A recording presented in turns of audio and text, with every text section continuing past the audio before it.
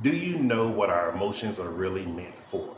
Hey, Jason here, and if you've been following the videos along, following the channel and the videos, you probably know that I've been talking about the success, especially when it comes from Bob Proctor's self-study coaching program, the Success Puzzle, and I've been showing you stuff about Johannesburg, and it all kind of ties hand in hand because today I'm going to talk about emotions because I ran across a real great video after I was doing my morning studies.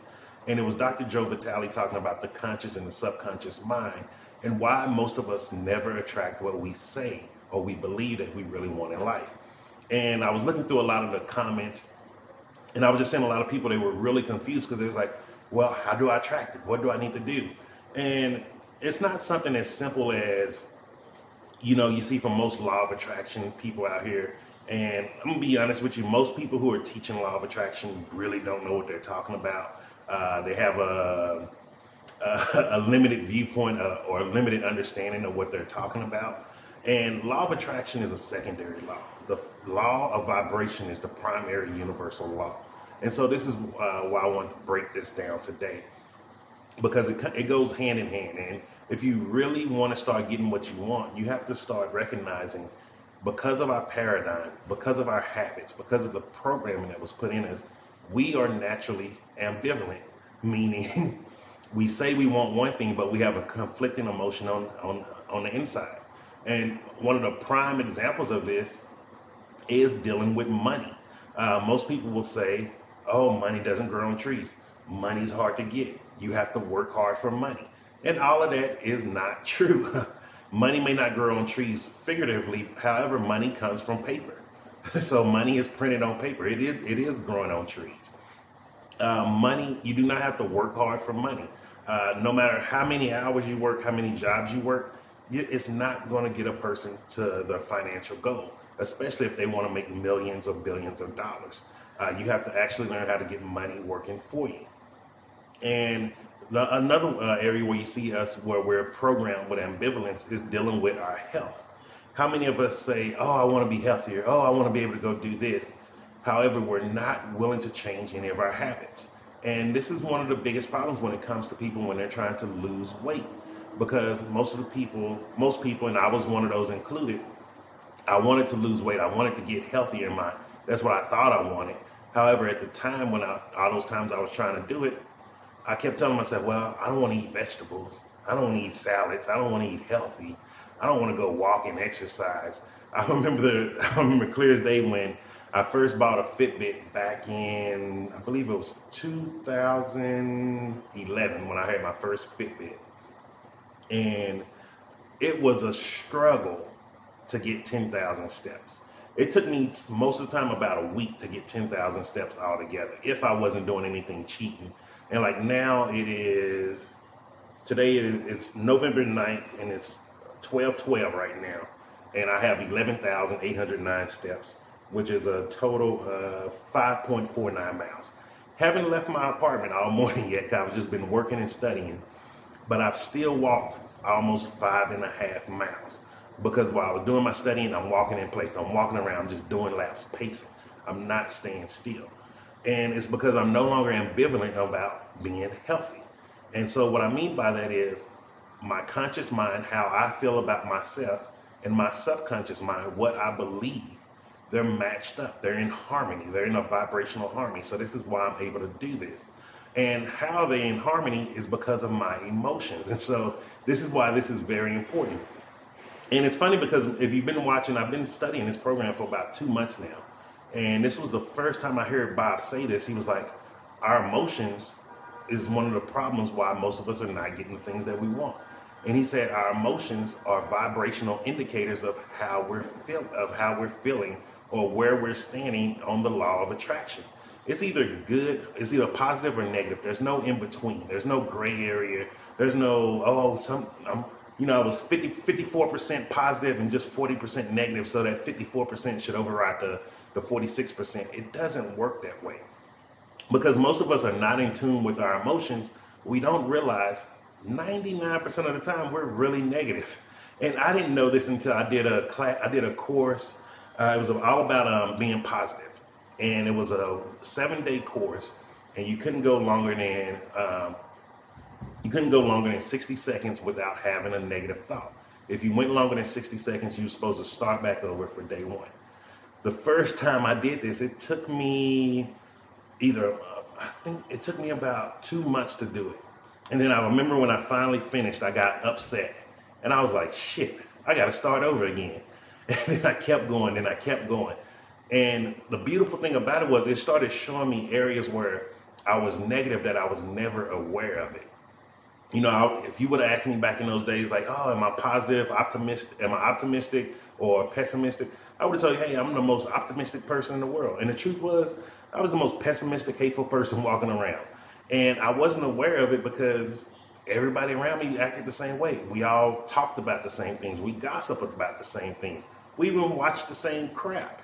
And this is very key. If we want to start changing our vibration or our vibration or our emotions to a more positive, we have to get uncomfortable. Meaning we have to stop doing the same things that we're doing on a daily basis. And we got to start forcing new habits. And so how did I start forcing a new habit when it comes to health? Because this is something that's not easy. Like, I understand that now. Going from someone who was well over 600 plus pounds. And the reason why I say 600 plus is because that's the number my scale stopped at. I remember the day I got an error message on it and I just felt defeated. I was like, wow, I bought a scale that went to 600 pounds and now they can't even tell me how much I weigh. And so I started changing my emotions around eating healthier. I started changing my emotions around doing healthy things. And so back in the day, like, if you would have told me, hey, you can't eat meat anymore, I'd be like, oh, I'm gonna die. Oh, I can't do this. Oh, you're just crazy. Nobody can live like that. When I started changing my awareness around eating healthier, I started doing it and started having fun doing it. So if you saw us in the beginning when me and Chantel was living in Panama, you would have saw like we were doing a lot of food, we were cooking, we were doing a lot of alkaline eating, and we were making a lot of things from scratch. And like I tell people, it was fun doing that. It started becoming fun learning how to cook all over again. It became fun just understanding how healthy food can taste good. I remember when we made some alkaline calzones out of spelt flour. We had mushroom meat in there. I think, broccoli, red onions, yellow onions, all of these different things in there. And it was delicious. And because it started becoming fun, it started becoming easier to become a natural habit.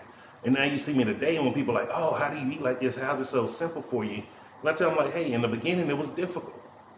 And this is one of the ways that that was one of the ways that it became simpler for me today. And we're talking about, let me see, what was Panama, 7 years ago, 7.5 years ago, something like that? Like 7.5 years later, you're seeing me now, and you're saying, like, this is just my natural routine. I've now become in harmony, or I'm vibrating with my worthy ideal of, I want to be a healthy person. I want to live. There's things that I want to accomplish on this earth before I leave here. And so one of the best things that I can say for you to be able to change your emotions is start changing your attitude around the new habit that you're building. And remember, your attitude is a composite of your thoughts, your feelings, and your actions. And so how I did it with my health, my thoughts started changing around what's eating healthy. So I started doing a lot of education. I started reading a lot of books. I started going to a lot of seminars of plant-based doctors. I started getting on a lot of webinars. I started listening to a lot of people who had more knowledge than me in that area. When it came to my feelings, I started making it fun. Because here's the thing, none of us like to do stuff that's not fun. The reason why some people out here can go run miles every day is because they're having fun while they're doing it. But if you talk to them when they first started out, they were probably miserable. Most people don't like the stuff they do when they first start out. It becomes fun after it becomes a habit. And so let's say if you want to do exercise, one of the ways you can start doing exercise, because the last composite of our attitude is our actions. And so if you want to start doing exercise the way, like, most people are like, oh, it's 12 o'clock noon and you walked 5.5 miles. That's crazy. I could never do that. You know what I was doing? I was listening to something that was entertaining me. But not only was I listening to my study programs, I had music going on at the same time. Like, we have all these things that can distract our conscious mind so we can start programming our subconscious mind to have fun. Our subconscious mind is a child. If you look at any child, any baby, no matter what nationality, race, ethnicity, wherever they're from in this world, that child just wants to have fun. It's lovely, it's loving, it's smiling all the time. And that's how our subconscious mind is. Except we've been conditioned by our conscious mind of, oh, you can't have fun. You need to work hard to play hard. Like, no, you don't. You need to play hard so you can start working better. Like, and that's the key. And this is why we have so much ambivalent feelings within, especially when it comes to relationships, when it comes to health, and when it comes to wealth. And like all of these are the main three areas that most of us want to be successful in. However, 80% of us are unsuccessful in it. And we keep listening to people who are unsuccessful, such as friends, family members, or people within our general environment. Like I tell people nowadays, like, for me growing up, I didn't have access to millionaires, multimillionaires, or get to talk to billionaires. And the day where I'm at now, I'm in a totally different area. I've changed my life, I changed my environment, and I changed the people that I go to for advice. I don't just ask anybody for advice anymore. I go to very specific people for very specific reasons. When I want education on real estate, I go to Grant Cardone. When I want education on gold and silver, I go to Robert Kiyosaki. When I want education on health, I go to Dr. Brooke Goldner. I also go to Dr. Neil Bernard. When I want to learn more scientific nutrition, I go to Dr. Michael Greger. And when I want to learn about relationships or how to be a better person, when I was married, I was going to Judge Lynn Toler. And I had very specific people that I reached for very specific things. And that's how I started becoming successful in different areas of my life. And I didn't understand at that time, I was syncing my conscious and subconscious mind together. And I wish I would have known back then, because man, I would have been a lot farther in life than where I am now. And more importantly, I would have been able to do more stuff with Chantel that I wanted to do now, that I wish I could do now. And so this is why our emotions is very, very important. And we're in a stage of life now, and this is a hypothesis that I've been playing with. We're no longer needing to evolve physically. Like, we look at evolution as this physical trait. As human beings, we don't need to evolve anymore. However, as spiritual beings, it's time for us to evolve emotionally. We have to evolve our emotional intelligence, because so many of us are walking around in despair, not realizing everything that we want is at our fingertips, except we have to learn how to attract it to us.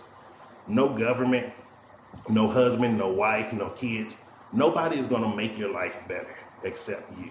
And I wish I would have known this a long time ago, because it had me carrying a lot of resentment towards friends and family, and it was unneeded, when the truth was, this is my life. God gave me free will, meaning free will was the meaning that I have the right to reprogram myself however I want to live my life. And as you see, one of the ways I'm living my life is as a nomad.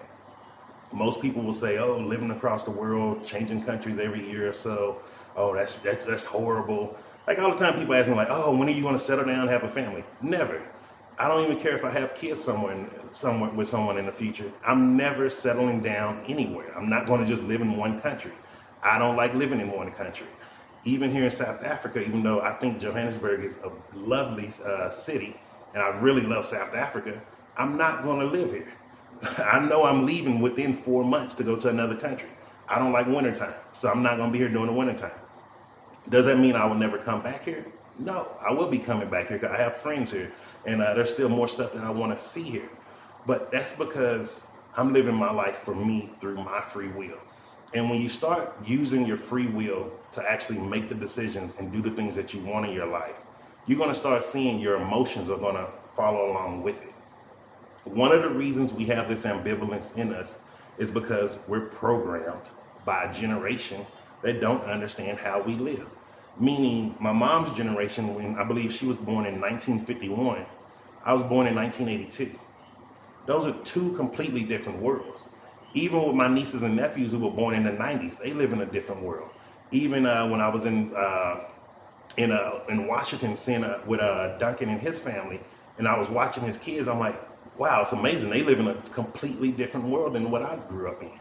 And they don't see the world the same way as I. And that's a beautiful thing.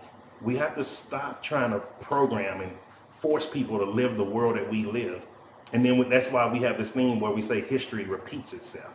History repeats itself because we keep reprogramming kids with ambivalence, and then we're forcing them to grow up with that ambivalence and be like, well, you need to figure out how to be successful. And it's never going to work that way. If you want to be successful in life, you have to progressively realize your worthy idea, meaning you have to take free will of your life, reprogram yourself to the life that you want to live, and then you have to start living that life and live it and have fun. Like, don't live it with regrets. You know, when I first started traveling, and this is the last story before I end, when I first started traveling, I used to have a lot of regrets of showing people, oh, we went on a cruise, oh, we went here. I don't give a damn anymore. This is my life. I'm going to have fun until the day I die with my life. And you should do the same thing. So literally learn from my mistakes of not having fun in those early years and go have fun. Live your life. Reprogram your life. Rewrite your life for the life that you want. And when you start doing it, you're going to start seeing you're going to become successful very, very fast.